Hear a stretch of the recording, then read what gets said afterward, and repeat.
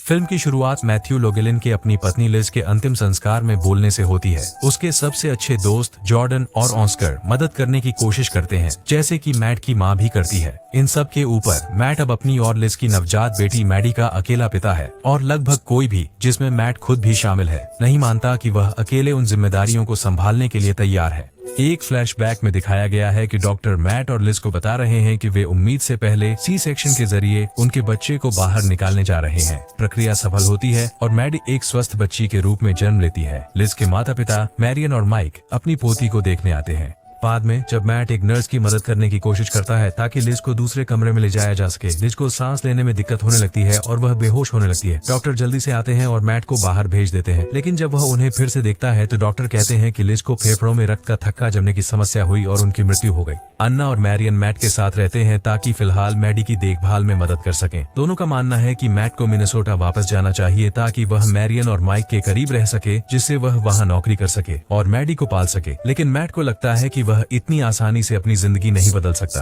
वह ऑस्कर के साथ एक विज्ञापन एजेंसी में काम करता है और उनका बॉस मैट को छुट्टी लेने के लिए प्रोत्साहित करता है। हालांकि मैट घर से काम करने की कोशिश करता है। पहले कुछ महीने मैडी की देखभाल करना मैट के लिए कठिन है। उसकी अत्यधिक रोने, लगातार पॉटी करने और स्ट्रोलर चलाने और पालना बनाने में अनिश्चितता के कारण वह मैडी को काम पर लाने का सहारा लेता है, क्योंकि उसे कोई बेबी सिटर नहीं मिल पाता और अन्ना और लिज के माता पिता दोनों घर वापस चले गए हैं। जब मैडी रोना बंद नहीं करती तो मैट कई उपाय आजमाता है, जैसे उसे झुलाना, लोरी गाना या उसे खाना खिलाना, लेकिन इनमें से कोई भी काम नहीं करता। नए माता पिता के लिए एक सहायता समूह में शामिल होने के बाद उसे पता चलता है कि सफेद शोर चलाने से वह रुक जाती है और सो जाती है। बाद में मैट एक महत्वपूर्ण क्लाइंट्स के साथ बैठक के दौरान मैडी को काम पर लाता है। जब वह मैडी को रोते हुए सुनता है तो मैट उसे रोकने के लिए बैठक से बाहर भागता है। हालांकि ग्राहक पूरी तरह से समझते हैं और मैट को सुझाव देते हैं, जैसे कि एक व्हाइट नॉइज ऐप डाउनलोड करना और मैडी को शांत रखने के लिए त्वचा से त्वचा संपर्क का उपयोग करना। मैट रात के लिए एक बेबी सिटर रखता है ताकि वह और जॉर्डन क्लब जा सके। जब जॉर्डन मैट का ध्यान वहाँ कुछ महिलाओं की ओर आकर्षित करने की कोशिश करता है तो मैट नाराज हो जाता है, क्योंकि वह अभी भी लिज को नहीं भूला है। वह मैडी को मिनेसोटा ले जाता है ताकि वह अपने दादा दादी के साथ समय बिता सके। वे लिज के माता पिता के घर जाते हैं, जहाँ उन्होंने लिज के पुराने कमरे को मैडी के लिए तैयार किया है अगर वह आए। बाद में मैट अन्ना से मिलता है और अपनी इच्छा व्यक्त करता है कि वह उतना ही अच्छा माता पिता बनना चाहता है जितना वह थी, और वह उसे आश्वस्त करती है कि वह है। साल बीत जाते हैं और मैडी लगभग 4 या 5 साल की हो जाती है। मैट ने उसे एक निजी स्कूल में दाखिला दिलाया है, लेकिन वे ड्रेस कोड के खिलाफ जाकर उसे स्कर्ट की बजाय पैंट पहनाते हैं। अन्य लड़कियों की तरह वह भी अक्सर अपने पापा के साथ जुड़ती है जब जॉर्डन और ऑस्कर पोकर खेलने आते हैं। मैट मैडी को जन्मदिन की पार्टी के लिए पार्क ले जाता है। वहाँ वह एक महिला से मिलता है जिसका नाम लिजी है,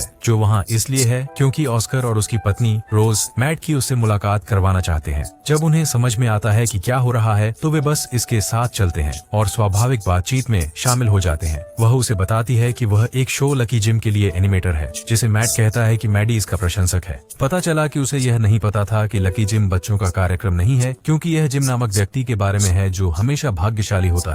जब मैट एक एपिसोड देखता है तो वह घोषणा करता है कि मैडी इसे अब और नहीं देख सकती। मैडी को स्कूल में लड़के पैंट पहनने के लिए चिढ़ाते हैं, जिससे बात इस हद तक पहुंच जाती है कि स्कूल की हेडनन को मैट को ड्रेस कोड के बारे में बताना पड़ता है। जब मैडी के लिए नए कपड़े खरीदने जाते हैं तो वह उनसे कहती है कि वह लड़कों के लिए बैटमैन अंडरवियर चाहती है, लड़कियों के लिए नहीं।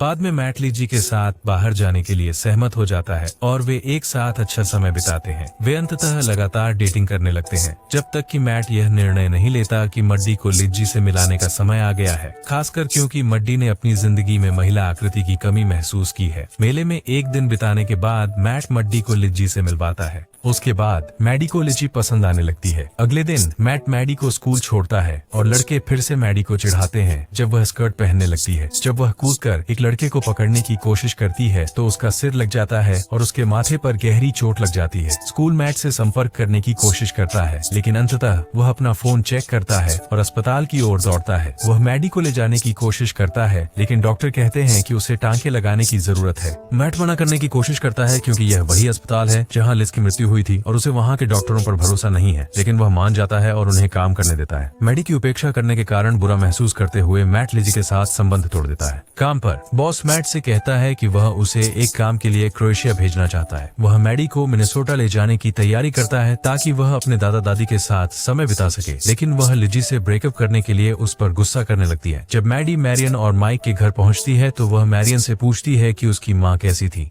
मैरियन कहती हैं कि वह मजबूत और समझदार थी, बिल्कुल मैडी की तरह। बाद में मैट देखता है कि मैरियन चाहती हैं कि मैडी उनके साथ अधिक समय तक रहे, जिसे मैडी भी अधिक खुलकर स्वीकार करती है, लेकिन मैट सोचता है कि मैरियन उसे याद दिला रही है कि वह उसके साथ अकेले बहुत सारी गलतियां कर रहा है और वह मैडी को ले जाने की कोशिश करता है, भले ही वह लिज के माता पिता के साथ रहना चाहती है। मैट को तब एहसास होता है कि वह मैडी को खुश नहीं रख पा रहा है, इसलिए वह उसे वहां रहने देने के लिए सहमत हो जाता है। जब मैडी सो रही होती है तो वह उसे अपने डर व्यक्त करता है कि वह उसे अकेले कैसे पालेगा। मैट अकेले घर लौटता है और बाद में काम पर हावर्ड द्वारा बताया जाता है कि वह रिटायर हो रहा है और उसने मैट को अपनी पुरानी नौकरी के लिए सिफारिश की है। मैट आभारी है, भले ही इसका मतलब है कि वह मैडी को और भी कम देख पाएगा। यहाँ तक कि जॉर्डन और ऑस्कर वे देख सकते हैं कि उसकी अनुपस्थिति मैट को और बुरा महसूस करा रही है। उसके कमरे से गुजरते हुए उसे लिजस की एक नेकलेस मिलती है जिसे मैडी पहले बेताबी से खोज रही थी। जब मैट और ऑस्कर नौकरी के लिए क्रोएशिया जाते हैं तो मैट मैडी के बारे में बहुत सोचता है और उसके पास लौटने के लिए यात्रा छोड़ने का फैसला करता है।